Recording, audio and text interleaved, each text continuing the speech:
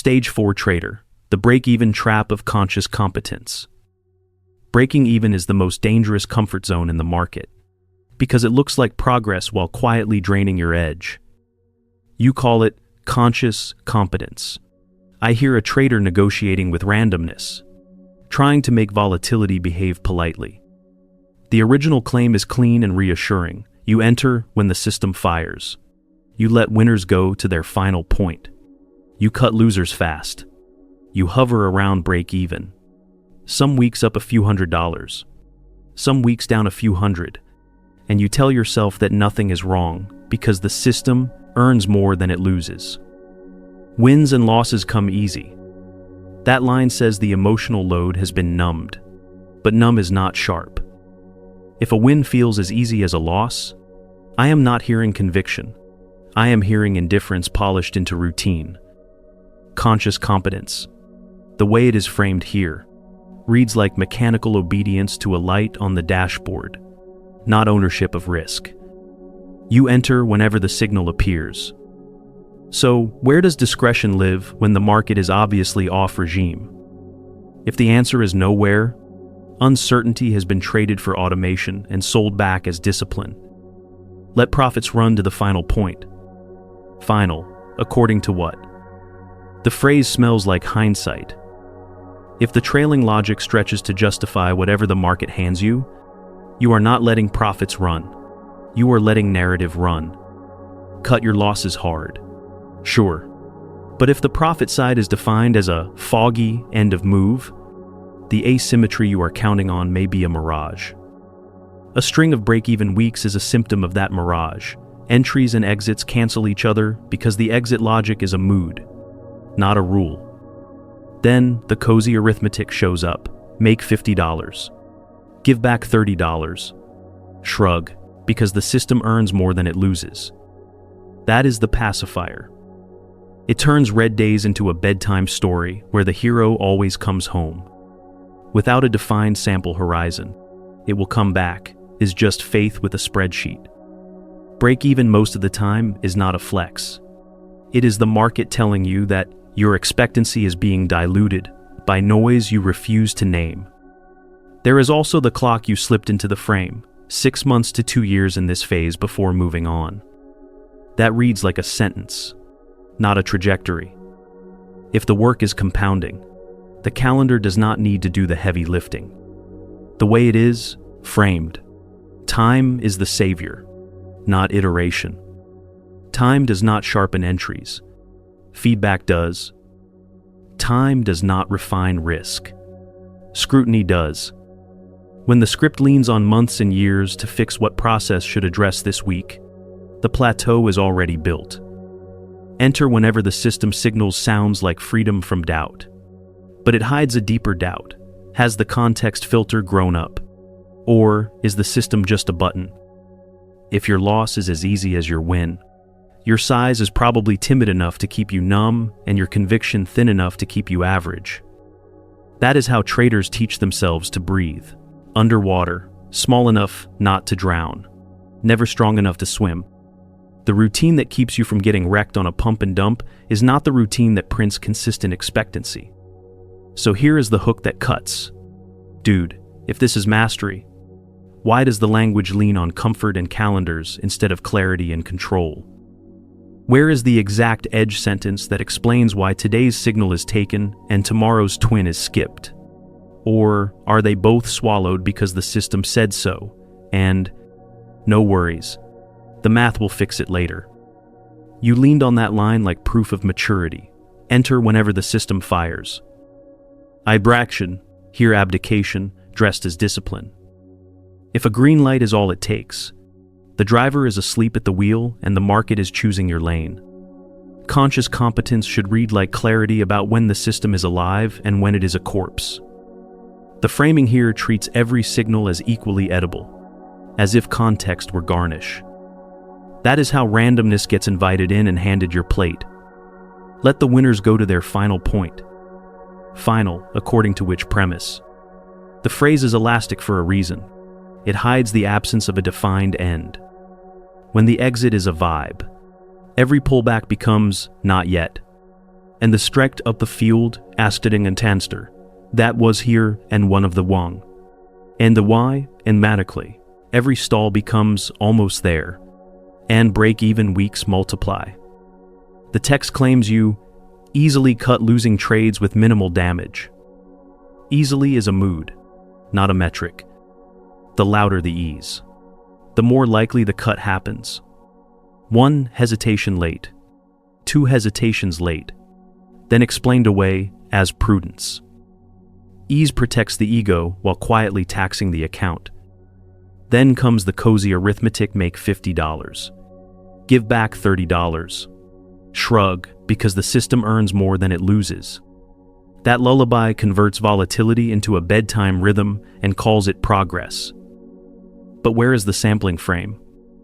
Where is the breakdown of outcomes by regime? Where is the separation between a hot tape month and a cold tape quarter? Without those bones, it comes back is a wish stapled to last week's luck. A string of break-even weeks is not proof of robustness.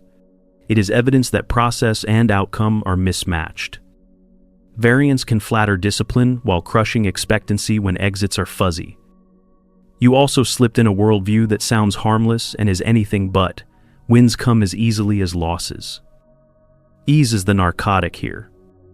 Ease says size is kept timid to keep nerves numb, not size to express conviction. Ease says the job is to feel okay, not to translate an edge sentence into repeatable expectancy. And once ease becomes the North Star, calendars take over the narrative. 6 months to 2 years in this stage. Translation: the workload is outsourced to time. Time does not validate a process. Only measurement does. The text tries to preempt doubt by claiming you mostly do not lose money. Mostly is a fog machine. Mostly can mean drifting sideways while erosion nibbles at patience, attention, and aggression. Mostly lasts long enough to feel like stability while your edge calcifies into habit. Break-even is not neutral. It is a tax. It charges interest on complacency. It charges rent for every day. A loose final point governs profits, while the loss side wears a tidy badge called discipline. Symmetry in rhetoric, asymmetry in results. All of this flows from the pride in enter whenever the system fires. If entry is factory stamped and the context lens is fogged, the only variable left to massage is narrative. Narrative is cheap. Narrative lets a scratch become a tactical retreat, a small red day become the noble cost of business, a flat month become proof of iron patience. Narrative is how mediocrity dresses up to look respectable. Ownership asks whether the signals are regime-sensitive or regime-blind, whether a context veto exists, and whether exits are defined in advance instead of rationalized after the fact.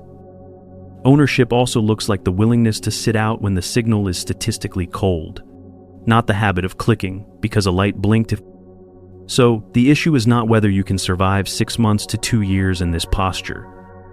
The issue is what exactly survives. If the answer is a routine that keeps feelings tidy while the edge stays undefined, what happens the first time the tape flips character? Your final point refuses to appear, and your easy cut meets a gap that does not negotiate. You keep circling that cozy phrase like it inoculates the process. The system earns more than it loses. Cute shield, thin metal. If winners are left to wander toward a final point that only becomes final after the chart writes the history, the math underneath that claim is already bleeding. The description glorifies obedience to signals and trims the loss side easily, then assigns the profit side to a destination that never had coordinates. That is not asymmetry. That is drift. Drift feels controlled right up until variance starts billing you. Spread, slippage, late clicks, partial fills, hesitation on exits, none of that shows up in the lullaby. Yet, all of it lives inside the break-even plateau you are calling progress. Break-even is not an achievement. It is a leak that has not sunk the boat yet. The text admires the balance of some weeks up a few $100s, some weeks down a few $100s, as if evenness equals resilience. Evenness without definition is sedation. It says the entries and exits cancel out because both sides are vague enough to keep your diary tidy.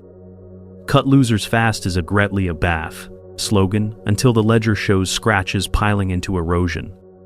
Let winners run is a slogan until the ledger shows a garden of green that keeps getting harvested back to mediocrity because the final point was a mirage drawn by hope after the fact.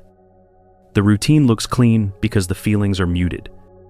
Muted feelings are not mastery.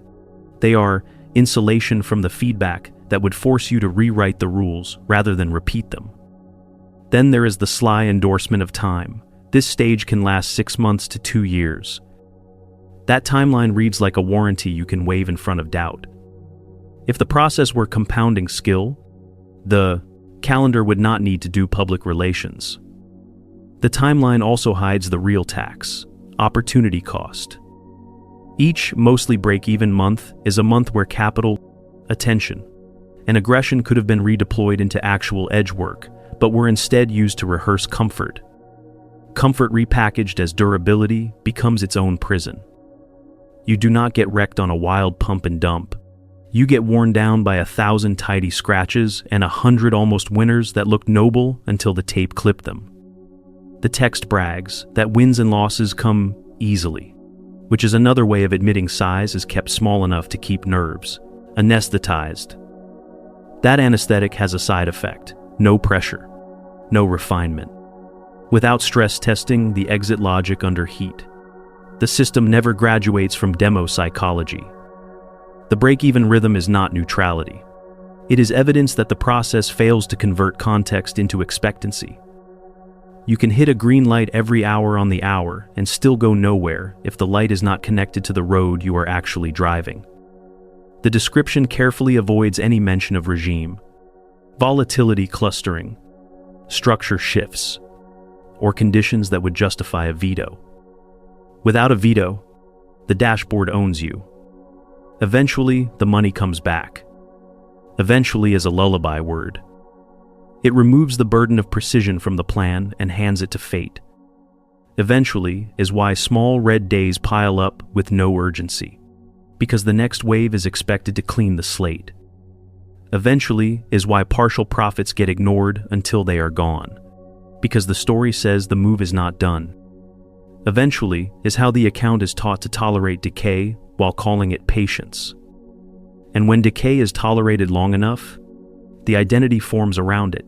The trader who does not lose money because the curve is flat. Flat is not safety. Flat is atrophy. All of this sits on one unasked question embedded right in the text.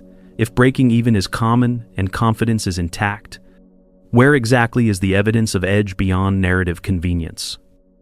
Where is the distribution of outcomes that proves the winners pay for the scratches with room to spare?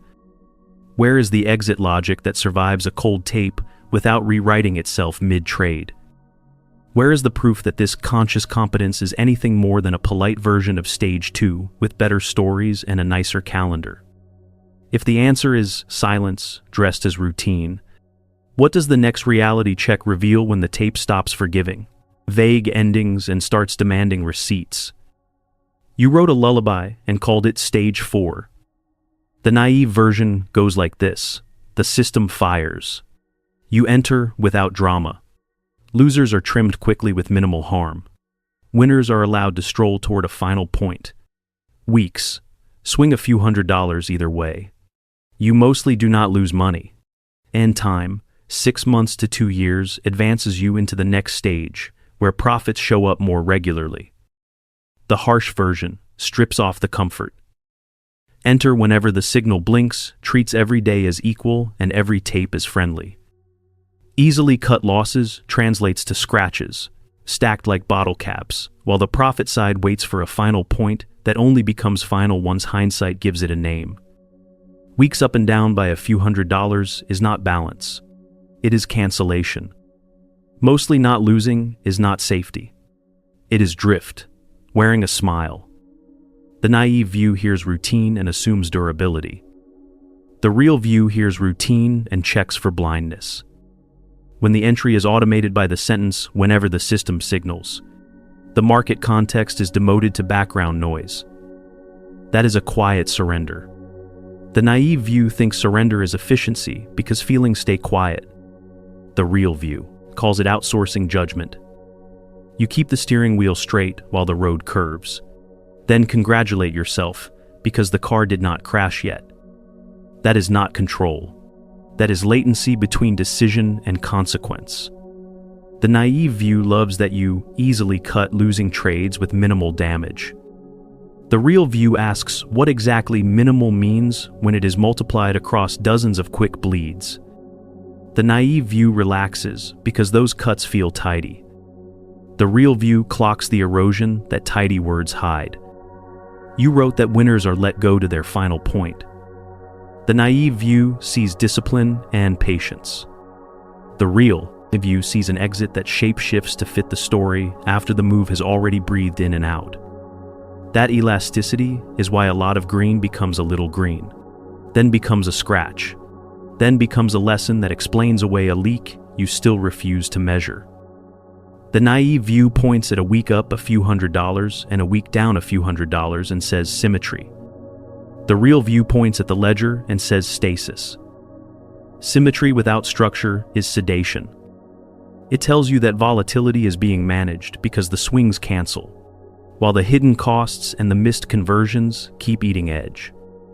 The naive view hears, the system earns more than it loses and relaxes into eventually. The real view hears a promissory note from a process that has not proved expectancy. Eventually is how traders give variance the keys and then call the car safe because it is parked. The naive view is married to the calendar. 6 months to 2 years is supposed to be the maturation window, like wine in a barrel. The real view is married to evidence. If the process is compounding precision, the calendar is a footnote. When the calendar becomes the headline, the work has stalled and the story has taken over. The naive view promises that profits will appear more regularly over time. The real view asks why the present tense is so allergic to measurement that it needs the future tense to do public relations. Look at the identity tucked inside the script. The naive view builds pride around not losing money. The real view hears a trader who built a home in the middle of the road. Cutting losses fast while leaving profit endings vague is false symmetry. One side is crisp. The other side is a vapor trail. One side feels like discipline. The other feels like hope with better manners. The naive view thinks that is balance. The real view calls it a slow bleed disguised as patience. It is how you avoid getting wrecked on a dumb pump and dump while still paying a quiet tax to indecision and narrative. All those lines sound reasonable because they protect nerves. That is why the naive view is so seductive. It keeps the heart rate down. It keeps the self-image intact.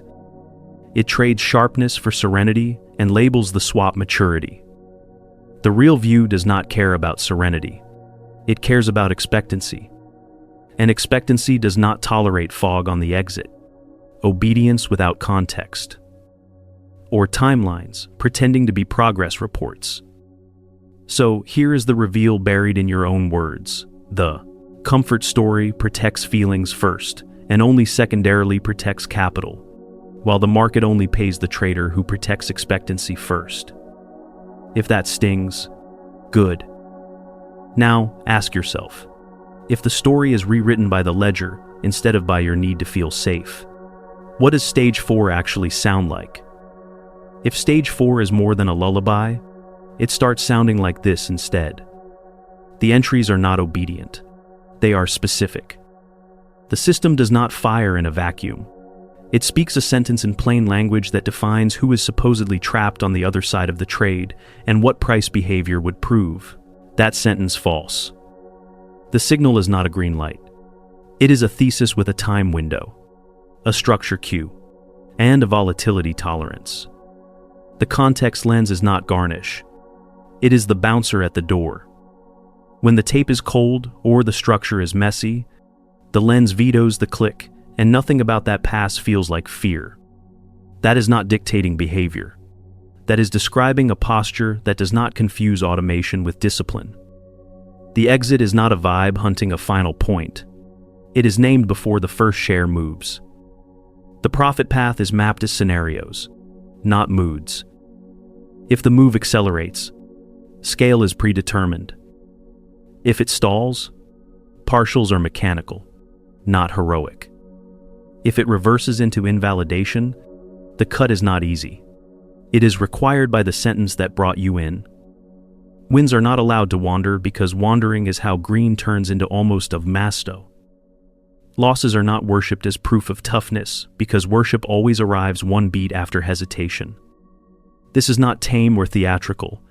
It is simply what the opposite of drift looks like when it is written down and then honored without needing the calendar to bless it. The identity stops leaning on mostly not losing. The identity is tied to expectancy that survives inspection. The ledger is allowed to embarrass the story, because embarrassment is cheaper than another month of sedation. Size is not kept timid to anesthetize nerves. Size is calibrated to make the thesis audible. Too small and nothing is learned. Too large and nothing is heard. The point is not adrenaline. The point is signal clarity under pressure so that the exit logic actually proves itself or dies quickly. Breakeven is no longer a neutral resting place. It is a diagnostic. Too much flatness means the exit is foggy, or the entry is regime blind, or the size is cowardly.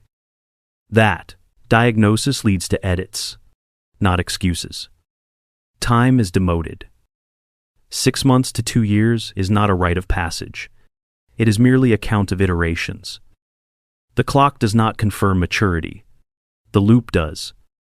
Draft the edge sentence. Trade it small. Measure the distribution. Refine the context lens. Rewrite the exit. Retest. That is the rhythm. Some loops hurt. Some loops pay. All loops either sharpen the blade or get thrown out. The calendar only records how many cycles were needed. It does not grant wisdom as a loyalty reward. The narrative stops being a pacifier and becomes a microscope. The week that is up a few $100s is not proof of strength. It is a sample to be dissected by regime, by structure, by how profits were captured and how many almost winners were allowed to fade. The week that is down a few $100s is not proof of weakness. It is a stress test of the invalidation gate and the scratch budget. The language changes. Easy is replaced by documented. Final point is replaced by pre-written scenario. Eventually is replaced by sample size. Mostly is replaced by distribution. That vocabulary shift is not cosmetic. It is the only way. Expectancy stops hiding behind lullaby words and starts standing on its own legs. And the ego finally gets pushed out of the captain's chair. The goal is not to feel like a mature trader who can tolerate noise. The goal is to produce a map that converts noise into either a trade you can explain before it starts or a pass you can defend without flinching. That is how the routine stays sharp instead of numb. That is how the system earns more than it loses, becomes a statement backed by receipts. Not a charm bracelet you rub on. Flat months. The funny part is that the emotional tone gets quieter, not louder, because the work is unromantic and the rules are already written. Boredom becomes a feature, not a threat, because boredom means nothing. Inside the map has to be invented on the fly. Strip the comfort out of the script you wrote and you are close to this posture. Then the last piece surfaces, the one your text avoided while promising that profits would show up more regularly over time. If the posture above replaces obedience with ownership and fog with definition, what happens when the identity that was built on mostly not losing has to let go of its favorite shield and live with the numbers without a story to soften them? The script you wrote wants stage 4 to be a waiting room, where routine keeps you safe until profits show up more regularly over time. The analysis so far has peeled off the comfort and shown the moving parts underneath. Obedience to a green light masquerading as discipline, exits narrated after the fact and labeled final, tidy scratches stacking into erosion, even weeks celebrated as stability while expectancy stays unmeasured, and a calendar used like a hall pass. Harmonizing all of it means confronting the center line you kept repeating, mostly not losing while time carries you forward. Mostly not losing is not the floor. It is the ceiling that your current definitions built. If the definitions change, the ceiling moves. If they do not, the ceiling hardens. You described cutting losers easily and letting winners walk to an end you did not define. That pairing sounds balanced until the ledger whispers what the rhetoric hides. Ease on the loss side is only constructive if the invalidation gate is written before the entry and honored without bargaining. Wandering on the profit side is only constructive if the scenarios are written before the entry and adjudicated without heroics. Without those pre-written anchors, the break-even rhythm you called normal becomes a statistical shrug. And a statistical shrug does not graduate. It just persists. The market will pay you for clarity. It will rent you comfort for a fee.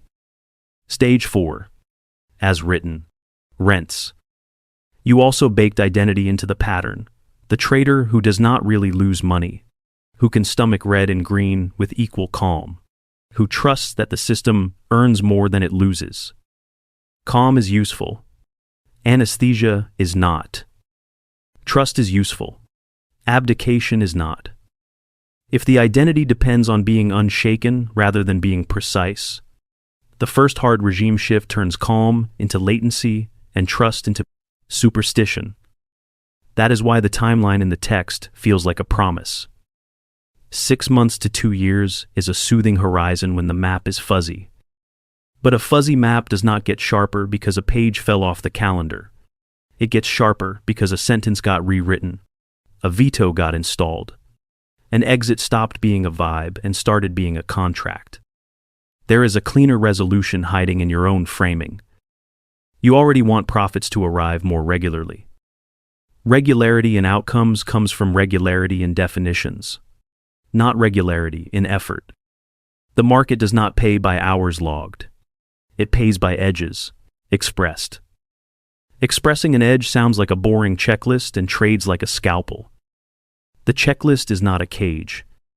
It is the scaffolding that removes hindsight from the exit and mood from the entry. When the checklist is in place, the phrase "enter whenever the system fires" stops being a surrender and becomes a testable statement. When the checklist is in place, "Let winners run" stops being a fairy tale and becomes a branching tree of predetermined decisions that either harvest green or defend it. Get rid of the two talismans that held your stage 4 together, the word "eventually" and the phrase "final point." Eventually is how variance is allowed to manage you. Final point is how hindsight is allowed to dress up as foresight. Replace those two, and the entire paragraph you wrote begins to speak a different language. The weeks up a few $100s or down a few $100s become samples, not identities. The evenness that once felt like balance becomes a probe asking whether the exit logic is too foggy, the entries are too regime blind, or the size is too timid. That probe leads to edits, not spiritual pep talks. Edits compound. Pep talks wash off. Now the last promise in your text, "You will gradually earn more and more and do it more consistently," stops floating and lands. It lands if the process stops leaning on comfort words and starts leaning on receipts.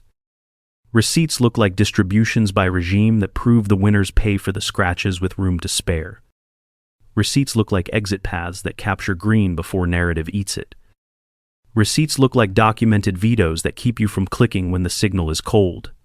The structure is broken, or the volatility band turns your edge sentence into a guess.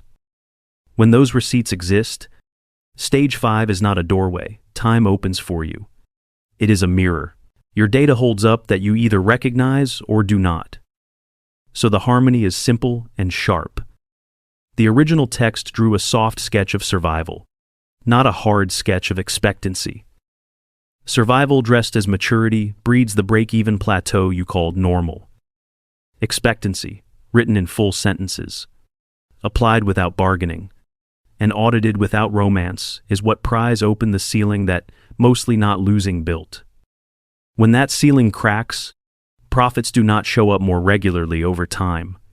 They show up more regularly because the definitions force them to. If this hit home, share it with your buddies who are stuck in the same polite drift. Subscribe to Mind Over Markets so you do not miss the next razor cut. The market is already charging rent for comfort. No reason to keep paying it when clarity is cheaper.